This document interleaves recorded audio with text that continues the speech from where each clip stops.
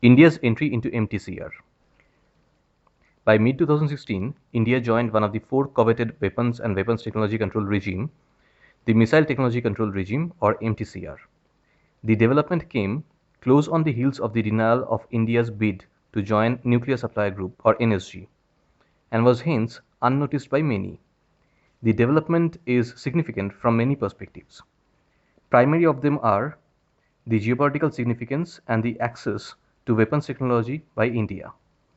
However, before getting any further on the issue, let us first try to understand the significance of the issue from the point of civil services examination.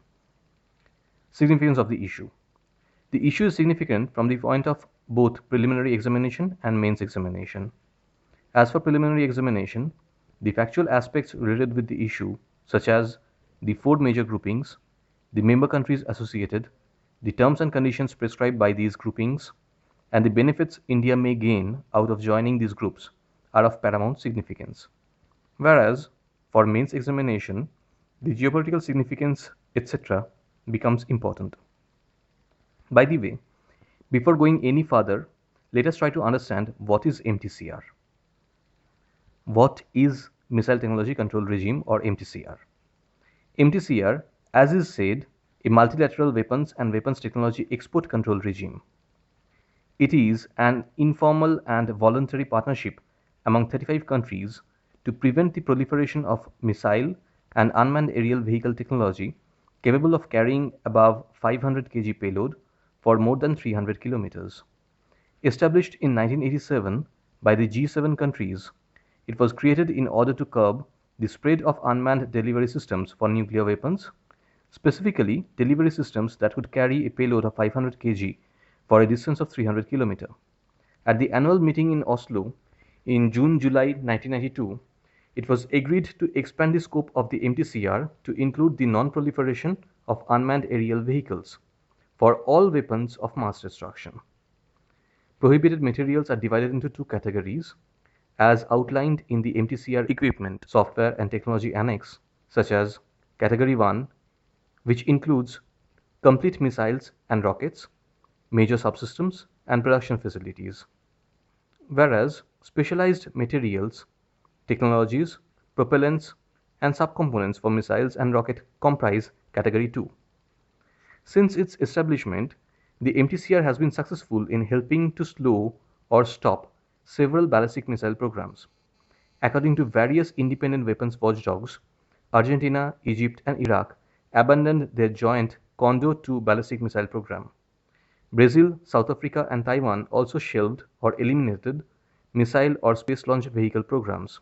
Some Eastern European countries, such as Poland and Czech Republic, destroyed their ballistic missiles, in part to better their chances to join MTCR.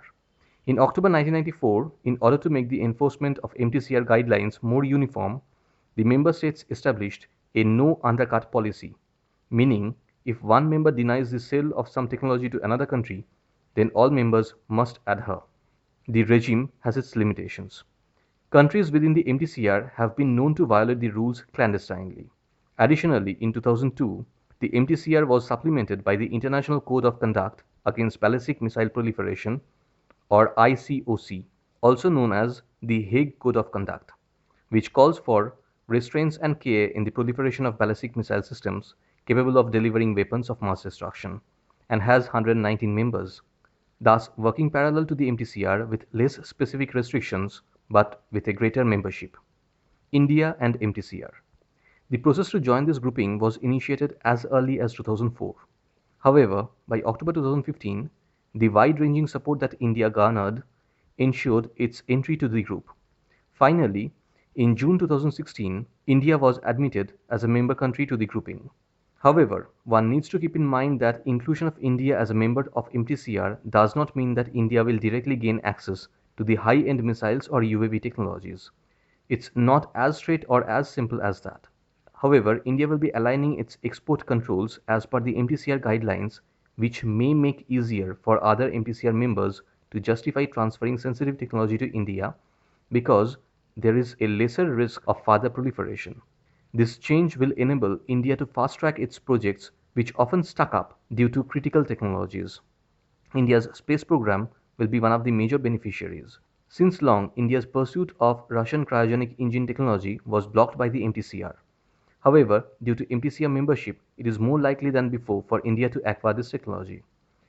This was visible in case of the joint development of BrahMos as well. Due to Russian membership of the grouping, the country was forced to keep a ceiling of 290 kilometers on the range of the missile. Similar detriments can be avoided in future. This becomes more significant in the backdrop of the India-Israel joint initiative in developing missile systems and unmanned aerial vehicles. It is also said that this membership will have a positive impact on India's effort to acquire armed predator drones from the US. Although it doesn't mean US will be any less cautious than before about exporting these armed drones to India, it only means that one of the complications in this deal is taken care of by this membership. It is also said that MTCR membership is expected to enable India to enhance its joint venture with Russia. However, it is also argued whether it will actually pave the way for India to sell its supersonic BrahMos cruise missiles, which it developed jointly with Russia, to third countries. If it actually happens, the result will be seen in the increased business opportunity for both governments and private defense companies. So, in reality, the implications of this much awaited MTCR membership are not that clear yet. We will have to wait to see what positive impact it will have from India's perspective and to what extent. Thank you.